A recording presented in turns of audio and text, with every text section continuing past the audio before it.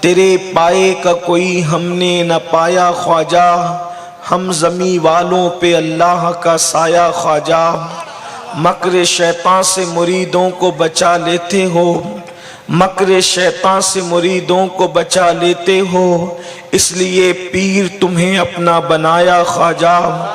جوش مستی میں بہت آئے تھے ایسے لمحے، جوش مستی میں بہت آئے تھے ایسے لمحے، میں بہک جاتا مگر تم نے بچایا خواجہ، میں بہک جاتا مگر تم نے بچایا خواجہ۔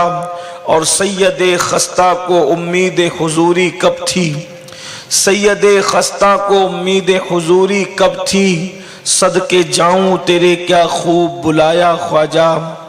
آج کی یہ محفل قطب الاقطاب، سید الاولیاء فی الہند، نائب نبی فی الہند، عطائے رسول ہند الولی، خواجہ معین الدین چشتی حسن سنجری ثم اجمیری رضی اللہ تبارک و تعالیٰ عنہ کی یاد میں انعقاد پذیر ہے۔ اللہ تبارک و تعالیٰ ہم سب کی حاضری کو سلطان الہند کی بارگاہ میں قبولیت کا شرف عطا فرمائے۔ اولیاء کرام کی جو جماعت ہے، ان کی سب سے بڑی خصوصیت یہ ہے کہ وہ لوگ اللہ کے رسول صلی اللہ علیہ وآلہ وسلم کے نقش قدم پر چلتے ہیں، اور سید الطائفہ طاؤس العلماء سیدنا جنید بغدادی رضی اللہ تعالیٰ نے ارشاد فرماتے ہیں، اگر انسان پانی پر چلنے لگے اور ہوا میں اڑنے لگے تو بھی وہ اللہ کا ولی ہو نہیں سکتا جب تک کہ وہ رسول اللہ صلی اللہ علیہ وآلہ وسلم کی سنتوں پر عمل نہ کرے۔ مشہور واقعہ ہے کہ سرکار غوث اعظم کے ظاہری دور میں ایک شخص کی ولایت کا بڑا چرچا تھا، اور وہ بہت بڑا ولی لوگ اس کو کہتے تھے۔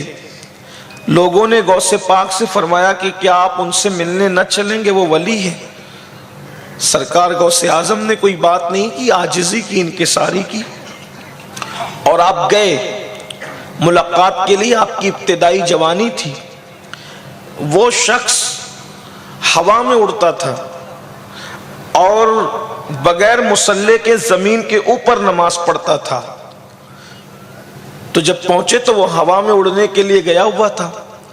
سرکار غوث اعظم رضی اللہ تعالیٰ نے جب پوچھا کہ وہ شخص کہاں ہے، تو لوگوں نے کہا وہ تو ہوا میں پرواز کر رہے ہیں اور وہ یہاں بغیر مصلے کے نماز پڑھتے ہیں۔ تو سرکار غوث اعظم نے دیکھا سجدے میں انگلیوں کے نشان تھے، آپ بغیر ملے واپس ہو گئے۔ وہ بہت کچھ ہو سکتا ہے مگر اللہ کا ولی نہیں ہو سکتا، اس لیے کہ اس کی انگلیوں کا نشان بتا رہا ہے کہ یہ انگلیاں پھیلا کر کے سجدہ کرتا ہے۔